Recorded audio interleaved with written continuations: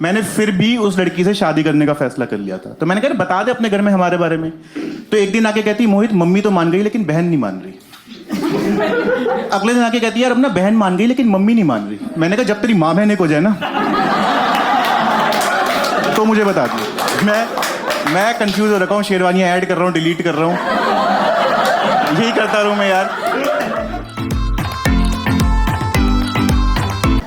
और पता नहीं मुझे लगता है मेरे से पिछले जन्म में कौन सी गाय को टक्कर लग गई है, ऐसा श्राप है मेरे ऊपर कि मैं अपने आप मुसीबत के पास पहुंच जाता हूँ। ऐसी एक और बात है, कॉलेज के फाइनल ईयर की बात है ये। मैं एक लड़की के प्यार में था, नाम था उस लड़की का। वो लड़की अलग थी यार, बुरा मत मानना, वो और लड़कियों जैसी नहीं थी बिल्कुल। मैडम आप पिज्जा खाते हो, बर्गर खाते हो ना, वो औरत मेरी खुशियां खाती थी।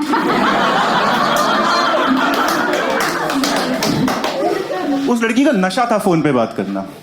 रात को 12-12 बजे तक हमारी फोन पे बात होती थी, फिर सुबह 5 बजे मुझे फोन मिलाती थी और पूछती भी थी कि तू सुन तो रहा है ना। मैंने कहा और कोई रास्ता है भी नहीं मेरे पास, क्योंकि किसी भी रिश्ते में लड़के सिर्फ शुरू में बेबी होते हैं, उसके बाद वो बेबस होते हैं। कोई रास्ता नहीं रहता हमारे पास। मेरी नींद हराम हो गई थी यार, और मेरे को नींद इतनी प्यारी है आप यकीन नहीं करोगे, मैं घर में 12 बजे से पहले सो के नहीं उठता। मेरा बाप मुझे सोता हुआ देख के सोचता है क्या यही था मेरा सबसे तेज वाला स्पर्म। तो बाकी के तो रेस लगाने भी नहीं उठे होंगे फिर। ऐसे इंसान से रात भर बात करवाई जा रही है।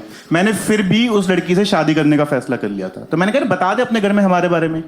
तो एक दिन आके कहती मोहित मम्मी तो मान गई लेकिन बहन नहीं मान रही। अगले दिन आके कहती यार अब ना बहन मान गई लेकिन मम्मी नहीं मान रही। मैंने कहा जब तेरी माँ बहन एक हो जाए ना तो मुझे बता दी। मैं कंफ्यूज हो रखा हूँ, शेरवानियां ऐड कर रहा हूँ, डिलीट कर रहा हूँ, यही करता रहूं मैं यार। बस ये मेरे आखिरी शब्द थे उस रिलेशनशिप में। 1-1.5 साल चला था यार। तो बंदे का दिल तो टूटता ही है उसमें। तो बंदा क्या करता है, पीने की तरफ जाता है। तो मैं अकेले पीने जाता था दोस्तों के साथ, क्योंकि मेरा ये मानना है कि दोस्तों के साथ खुशी बांटने से 2 गुना हो जाती है और गम बांटने से 4 गुना। इन सालों को पता चल जाए कि तुम्हारा कटा है एक बारी, ये पूरी जिंदगी EMI में लेते हैं।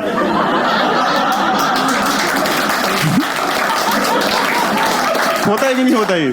जब जब तुम पैक बना के बोलोगे ना चीयर्स यार गाने चला दे, एक कहेगा भाई वो छोड़, तुझे पता है इसके साथ क्या हुआ उस दिन। और मैं नहीं चाहता था जो मैं औरों के साथ कर रहा हूं वो मेरे साथ हो, तो मैं अलग जाता था। अलवर में था मेरा कॉलेज, वहां से 20 किलोमीटर दूर एक जगह है काला कुआं, मैं वहां जाता था कि कोई ना है। और 1-1.5 हफ्ते तक सब सही चल भी रहा था। एक दिन वहां पे भी 2 आ गए। एक का नाम था नीरज और दूसरे का सोनू। ये नाम मैंने बदले हुए हैं। ये मैंने क्यों बदले, जब तुम आगे इनकी हरकतें सुनोगे ना तो तुम कहोगे सही किया, वरना ये वीडियो निकलने के बाद ये आत्महत्या कर लेंगे। तो मैं वहां पे बैठा हुआ हूँ, ये दोनों मेरे सामने आए। अब इसमें जो ये सोनू था ना, इसने पहले से ही कुछ कर रखा था, अलग ट्रिप में था, मुझे नहीं पता क्या कर रखा था। वो मुझे तब पता चला जब इसने अपनी गर्लफ्रेंड को फोन मिलाया। तो वो लड़की नहीं कहती the number you are trying to reach is, कह रहा अपनी बहन से बात करा। कह रहा 2 दिन से फोन लगा रहा हूँ, आज बात होगी तो घर के नीचे आ रहा हूँ मैं। मैंने कहा कैसा अद्भुत प्राणी है ये। थोड़ी देर मैंने इनके साथ बात करी, आधा 1 घंटा। फिर मेरा मन किया चाय पीने का, जो कि उस रात नहीं करना चाहिए। मैंने कहा मैं तो जा रहा हूँ चाय पीने, चलोगे? कह रहे हाँ भाई क्यों नहीं चलेंगे, बिल्कुल चलेंगे। तो वहीं पे थोड़ी जान पहचान वाले की भी दुकान थी मेरी, क्योंकि काफी टाइम से जा रहा था तो मेरी जान पहचान हो गई थी। वहां पे गए हम। अब भाई वहां पे हम तीनों पहुंचे तो वहां जाके देखा कि दुकान का शटर डाउन और ताला लगा हुआ है। मैंने फोन किया, मैंने कहा कहाँ है?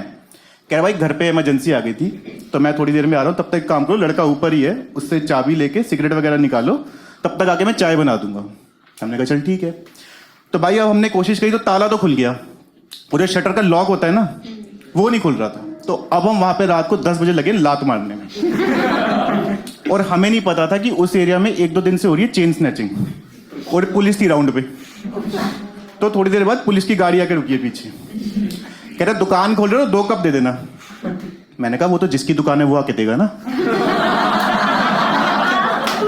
तो कह रहे तुम क्या कर रहे हो? मैंने कहा हमें तो बस दुकान को लिक्विड सामान निकालना है। वो कह रहे कितने फ्रैंक चोर हैं ये? कह रहे इतने साल से काम कर रहे हैं, ऐसा चैलेंज तो किसी ने नहीं दिया आज तक।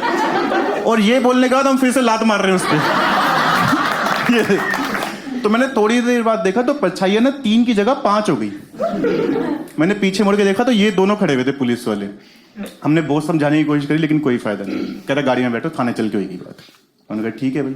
अब उस पे भी मैं और नीरज जा रहे हैं पीछे की तरफ बैठने, इतने में हमने देखा ये सोनू ने आगे वाली सीट का दरवाजा खोला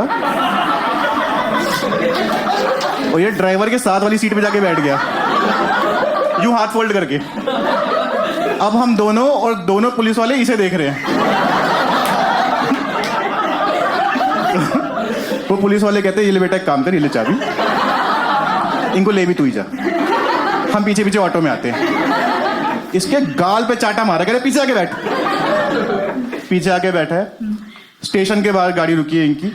तो अब क्या होता है ना, जब हमारी पुलिस के पास उस टाइम पे हथकड़ियां नहीं होती ना, तो वो क्या करती है, उंगलियों में उंगलियां फंसा देती है। ये होता है और मुझे इस बात का पता नहीं था। तो जैसे ही मैं गाड़ी के नीचे उतरा तो मैंने देखा एक पुलिस वाले की उंगलियां मेरी उंगलियों में आ रही है। तो मुझे लगा कानून मूड में है। मैंने कहा सर मैं हूं नहीं उस टाइप का, आप बात समझो, मेरे को मेरे वकील से बात करनी है। करा रहे तेरे वकील से बात। हम तीनों को अंदर ले गए हैं, लाइन से खड़ा किया हुआ, और ये सच बता रहा हूँ मैं, ये हुआ है। हम तीनों को अंदर ले गए, लाइन से खड़ा किया हुआ है। ऐसा दहशत का माहौल पुलिस स्टेशन में, कहीं से चीखने की आवाज आ रही है, कहीं से पिटने की, कहीं से किसी चीज की। मैंने कहा भाई अगर बात आगे बढ़ी मैं तो सरकारी गवाह बन जाऊंगा।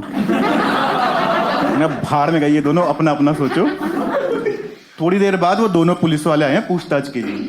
तो सबसे पहले आके इन्होंने नीरज का कॉलर पकड़ लिया। कह रहा क्यों खोल रहा दुकान? कह रहा तमीज से। कह रहा बीजेपी में ना बहुत ऊपर तक बातचीत है मेरी। तो ये सुन के पुलिस वाले ने इसके गाल पे कांग्रेस दिया।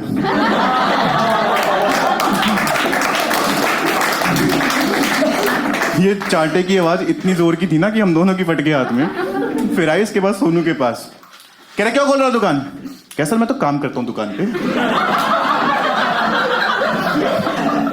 तो अब पुलिस वालों को दिखाई इसमें एंटरटेनमेंट। कह तू काम करता है? कह रहा हाँ हाँ। तो कह रहा चल फिर ये बता चाय कैसे बनती है। यूं कर लिया लट। कह रहे बोल। एक तो होश में नहीं और ऊपर से फटी में। कह रहा सर पहले तो 1 कप पानी डालेंगे। कह रहा उसके बाद उसमें 1 कप पानी डालेंगे। कहता फिर ना हम उसमें 1 कप पानी डालेंगे। वो कह रहे बहन कितने कप पानी डालेगा? कह रहा बंदे भी तो 5 है ना।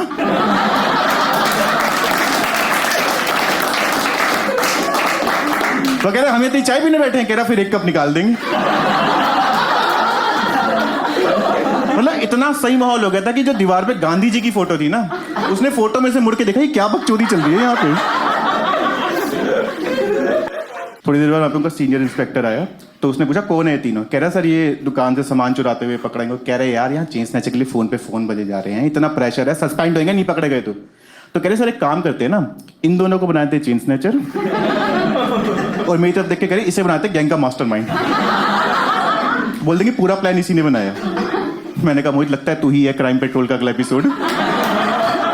मुझे तो अनूप सोनी दिख गया था अपनी आंखों के सामने। हम ये नहीं कह रहे मोहित ने कुछ गलत किया, लेकिन शराब के बाद चाय का फैसला बहुत ही जोखिम भरा और निहायत ही चूतिया फैसला था। वो तो भला उस इंस्पेक्टर को इंस्पेक्टर अच्छा था, कह रहा नहीं जो है वही पकड़े जाएंगे, ये सब नहीं चलेगा यहाँ पे। मैंने कहा भाई शुक्र है बच गए। मैंने कहा भाई अभी तो बच गए, लेकिन ये केस जिस नई दिशा में जा रहा है ना, इनका मूड बदलते देर नहीं लगेगी।